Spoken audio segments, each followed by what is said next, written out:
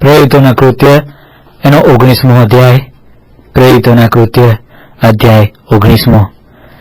જ્યારે અપોલોસ કોરિન્થ હતો ત્યારે પાઉલ ઉપલા પ્રદેશમાં ફરીને એફેસસ આવ્યો અને ત્યાં કેટલાક શિષ્યો તેને મળ્યા. ત્યાં તેઓને પૂછ્યું કે તમે વિશ્વાસ કર્યો ત્યારે તમે પવિત્ર આત્મા પામ્યા? તેઓએ તેને કહ્યું કે ના, પવિત્ર આત્મા છે એ અમે સાંભળ્યું પણ નથી. ત્યારે તેણે પૂછ્યું કે તમે કોનો બાપ્તિસ્મા પામ્યા? તેઓએ તેને કહ્યું કે યોહાનનો બાપ્તિસ્મા. ત્યારે પાઉલે કહ્યું કે યોહાને પશ્ચાતાપનો બાપ્તિસ્મા કર્યું ખરું અને લોકોને કહ્યું કે મારી પાછળ જે આવે છે તેના પર એટલે ઈસુ પર તમારે વિશ્વાસ કરવો. એ સાંભળીને તેઓએ પ્રભુ ઈસુને નામે બાપ્તિસ્મા લીધું. જ્યારે પાઉલે તેઓના પર હાથ મૂક્યા ત્યારે તેઓના પર પવિત્ર આત્મા આવ્યો અને તેઓ બીજી ભાષાઓ બોલવા તથા પ્રબોધ કરવા લાગ્યા. તેઓ બધા મળીને 12 પુરુષ હતા. પછી સભાસ્થાનમાં જઈને 3 મહિના સુધી હિંમતથી બોધ કર્યો અને વાદ વિવાદ કરીને દેવના રાજ્ય વિશેની બાબતો સમજાવી. પણ કેટલાય કે દુરાગ્રહી થઈને તથા પ્રભુની વાતનો અનાદર કરીને લોકની આગળ એ માર્ગની નિંદા કરી. ત્યારે તેણે તેઓની પાસેથી જઈને શિષ્યોને જુદા પાડ્યા અને પોતે તુરાનસની શાળામાં રોજ વાદ વિવાદ કરતો રહ્યો. 2 વર્ષ સુધી એ પ્રમાણે ચાલ્યું. તેથી આસિયામાં રહેનાર સર્વ યહૂદીઓએ તથા ગ્રીકોએ પણ પ્રભુની વાત સાંભળી. દેવે પાઉલના હાથથી એવા અસાધારણ ચમત્કારો કર્યા કે તેણે વાપરેલા રૂમાલો તથા કપડાં તેઓ માંદાઓની પાસે લઈ જતા અને તેમને અડકતા એટલે તેઓના રોગ દૂર થતા અને તેઓમાંથી અશુદ્ધ આત્માઓ નીકળી જતા. કેટલાક ભટકતા યહૂદી ભૂવા પણ અશુદ્ધ આત્મા વળગેલા માણસો ઉપર ઈસુનું નામ ઉચ્ચારીને કહેવા લાગ્યા કે જે ઈસુને પાઉલ પ્રગટ કરે છે તેની દુહાઈ હું તમને દઉં છું. સ્કેવા નામે એક યહૂદી મુખ્ય યાજકના 7 દીકરા એમ કરતા હતા.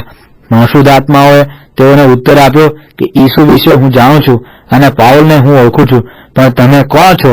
ત્યારે જે માણસોમાં અશુદ્ધ આત્મા હતો તે તેઓના પર કૂદી પડ્યો અને બંનેને હરાવીને તેઓના પર જય મેળવ્યો કે તેઓ ઘાયલ થઈને નાગા ને નાગા ઘરમાંથી નાઠા. એફેસસમાં જે યહૂદીઓ તથા ગ્રીકો રહેતા હતા તેઓ સર્વને એ વાતની ખબર પડી. ત્યારે તેઓ સર્વને ડર લાગ્યો અને પ્રભુ ઈસુનું નામ મોટું મનાયું. વિશ્વાસી થયેલાઓમાંના પણ ઘણા આવ્યા અને પોતાના કૃત્યો કબૂલ કરીને ખુલ્લા કરી દેખાડ્યા. ઘણા જાદુગરોએ પોતાના પુસ્તકો એકઠા કરીને સર્વના દેખતા તેઓને બાળી નાખ્યા. તેઓનું મૂલ્ય ગણી જોતા તે 25,000 રૂપિયા થયું. એ રીતે પ્રભુની વાત પરાક્રમથી પ્રસરતી ગઈ ને પ્રબળ થઈ. આ બીના બન્યા પછી પાઉલે મકદોનિયા તથા અખાયામાં થઈને યરૂશાલેમ જવાનો મનમાં નિશ્ચય કર્યો ને કહ્યું કે ત્યાં ગયા પછી મારે રોમ પણ જોવું જોઈએ. પછી તેણે પોતાના મદદનીશોમાંના બેને એટલે તિમોથી તથા એરાસ્તસને મકદોનિયા મોકલ્યા અને પોતે કેટલાક દિવસ આસિયામાં રહ્યો. યર્સામાં એ માર્ગ વિશે ઘણી ચળવળ ઊભી થઈ. દિમેત્રિયસ નામે એક સોની હતો. તે આર્તિમિસ ના રૂપાના દેવસ્થાનો બનાવીને કારીગરોને ઘણું કામ અપાવતો હતો. તેણે તેઓને તથા એના જેવા બીજા કારીગરોને એકઠા કરીને કહ્યું કે ભાઈઓ, તમે જાણો છો કે આ ધંધાથી આપણને સારી કમાણી થાય છે. હમણાં તમે જુઓ છો અને સાંભળો છો કે જે હાથથી બનાવેલા છે તે દેવો નથી એવું સમજાવીને એ પાઉલે એકલા એફેસસમાં નહીં પણ લગભગ આખા આસિયામાં ઘણા લોકોના મન ફેરવી નાખ્યા છે.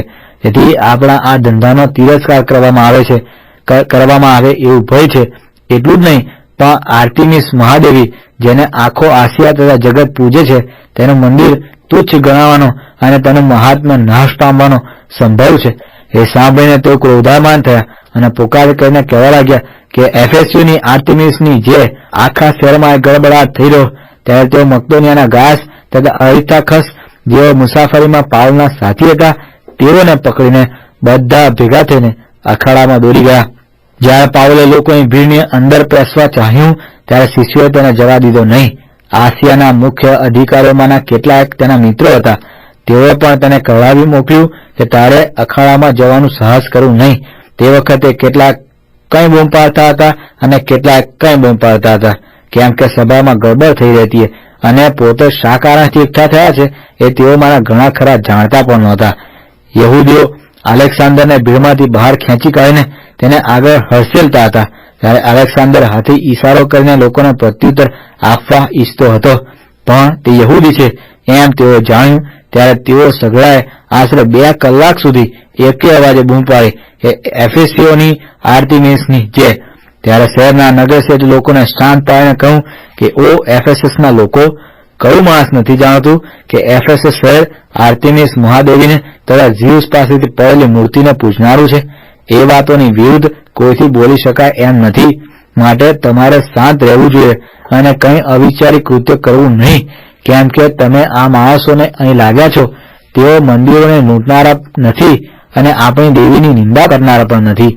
માટે જો દિમિત્રિયસને તથા તેની સાથેના કારીગરોને કોઈના ઉપર કંઈ ફરિયાદ કરવી હોય તો અદાલત ખુલ્લી છે અને અધિકારીઓ પણ છે. માટે તેઓ એકબીજા પર ફરિયાદ માંડે.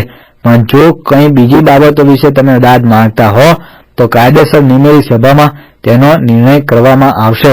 કેમ કે આજે વગર કારણે હંગામો થયો તે વિશે આપણા ઉપર ફરિયાદ થવાનો ખરેખર સંભવ છે અને તેના સંબંધમાં આ ભીડ થવાનો ખુલાસો આપણાથી આપી શકાય તેમ નથી.